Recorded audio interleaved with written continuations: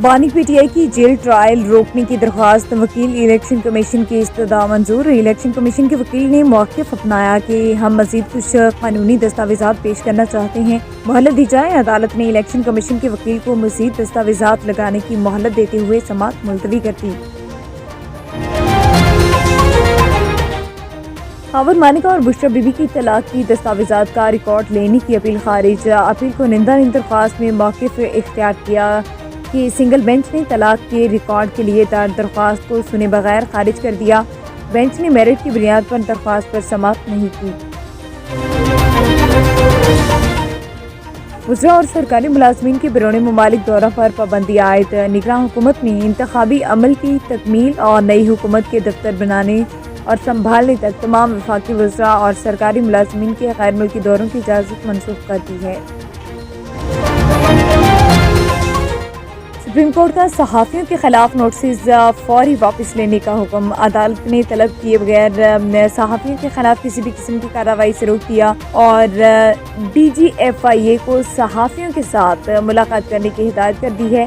عدالت نے حکم نامے میں ایف آئی اے حکام سے بھی سوال کیا کہ صحافیوں کو کیوں بلایا گیا۔ عدالت عظمیٰ نے صحافیوں کو ہراساں کرنے کے خلاف ازخود نوٹس کی سماعت کل تک ملتوی کر دی۔ بائیڈن کا اردن میں 3 امریکی فوجیوں کی ہلاکت کا بدلہ لینے کا اعلان۔ گزشتہ روز اردن میں موجود امریکی بیس ڈرون حملے کے نتیجے میں 3 امریکی فوجی ہلاک جبکہ 30 سے زائد زخمی ہو گئے تھے۔ حملے کی تصدیق کرتے ہوئے امریکی حکام نے کہا کہ ڈرون کے ذریعے شامی سرحد کے نزدیک اردن میں امریکی فوجی اڈے کو نشانہ بنایا گیا۔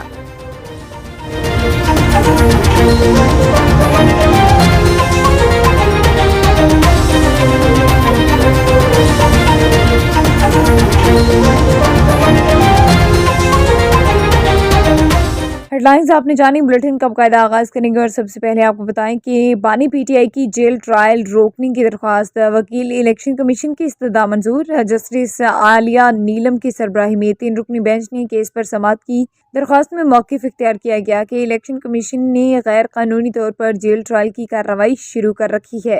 الیکشن کمیشن کا جیل ٹرائل کرنے کا فیصلہ کالعدم قرار دیا جائے۔ عدالت اوپن اور فری اینڈ فیئر ٹرائل کا حکم دے۔ دوران سماعت الیکشن کمیشن کے وکیل نے قانونی دستاویزات پیش کرنے کے لیے مہلت مانگ لی۔ الیکشن کمیشن کے وکیل نے موقف اپنایا کہ ہم مزید کچھ قانونی دستاویزات پیش کرنا چاہتے ہیں، مہلت دی جائے۔ عدالت نے الیکشن کمیشن کے وکیل کو مزید دستاویزات لگانے کی مہلت دیتے ہوئے سماعت ملتوی کر دی۔ خیال رہے کہ 2 روز قبل لاہور ہائی کورٹ میں بانی پی ٹی آئی کی توہین الیکشن کمیشن میں جیل ٹرائل روکنے کی درخواست سماعت کے لیے مقرر کی گئی تھی۔ جہلم حلقہ این اے 61 کے آزاد امیدوار برائے قومی اسمبلی نوابزادہ راجہ طالب مہدی نون لیگی امیدوار برائے قومی اسمبلی چوہدری فاروق الطاف کے حق میں دستبردار ہو گئے۔ نوابزادہ طالب مہدی نے چوہدری فاروق الطاف کے حق میں اپنے علاقے دار پور میں تقریب منعقد کی اور اپنے ووٹرز اور سپورٹرز کے ہمراہ چوہدری فاروق الطاف کی حمایت کا اعلان کر دیا۔ نوابزادہ مطلوب مہدی کے چھوٹے بھائی نوابزادہ طالب مہدی کو نون لیگ کی طرف سے ٹکٹ نہ دیا گیا۔ نوابزادہ طالب مہدی نے آزاد حیثیت سے حلقہ این اے 61 میں الیکشن لڑنے کا اعلان کر دیا۔ گزشتہ دنوں نوابزادہ مطلوب مہدی اور نوابزادہ طالب مہدی اور چوہدری فاروق الطاف کو میاں شہباز شریف نے لاہور بلا کر معاملہ کلیئر کر دیا۔ اس سلسلے میں نوابزادہ مطلوب اور نوابزادہ طالب مہدی نے آج باضابطہ طور پر اپنے آبائی علاقہ دارا پور میں تقریب منعقد کی، جس میں چوہدری فاروق الطاف کو اسپیشل طور پر دعوت دی گئی۔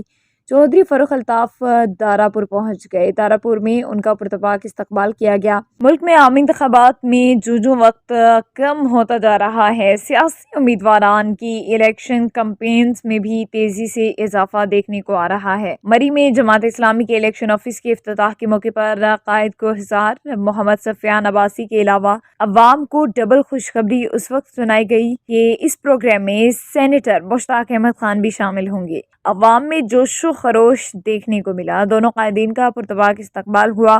ہر طرف پارٹی پرچموں کی بہار تھی، جوشیلے نعرے تھے اور پورا مری ترازو ترازو ترازو کی فلک شگاف نعروں سے گونج اٹھا۔ اس موقع پر سینیٹر مشتاق احمد خان نے عوام کے اس منظر کو دیکھتے ہوئے ایڈوانس میں محمد سفیان عباسی کی جیت کی نوید سنائی۔ اس فیصلہ پاکستان کا سرگودا میں بھی جنرل الیکشن کمیشن کی گہما گہمی اپنے عروج پر پہنچ گئی۔ امیدواروں کی جانب سے ڈور ٹو ڈور کمپین اور کارنر میٹنگ کا سلسلہ جاری ہے۔ جلال پور پیروالا میں بھی الیکشن 2024 کے حوالے سے گہما گہمی کا سلسلہ جاری ہے۔ امیدواروں کی طرف سے الیکشن کمپین کا سلسلہ جاری۔ حلقہ پی پی 223 کی یونین ایم این اے کے آزاد امیدوار خان احمد خان بلوچ، ایڈوکیٹ کاشف خان بلوچ، ملک عبدالرحیم آرائیں، ملک محمد اسلم آرائیں، خان خلیل خان بلوچ، ملک محمد ندیم آرائیں، بستی جھنٹیر، ماڑی نون منشی والا، بستی عظیم شاہ، چک 74 اور نوی وسطی موضع رسول پور جلسہ کیا۔ عوام کی کثیر تعداد نے شرکت کی۔ نیوز بلیٹن سے فی الوقت اتنا ہی۔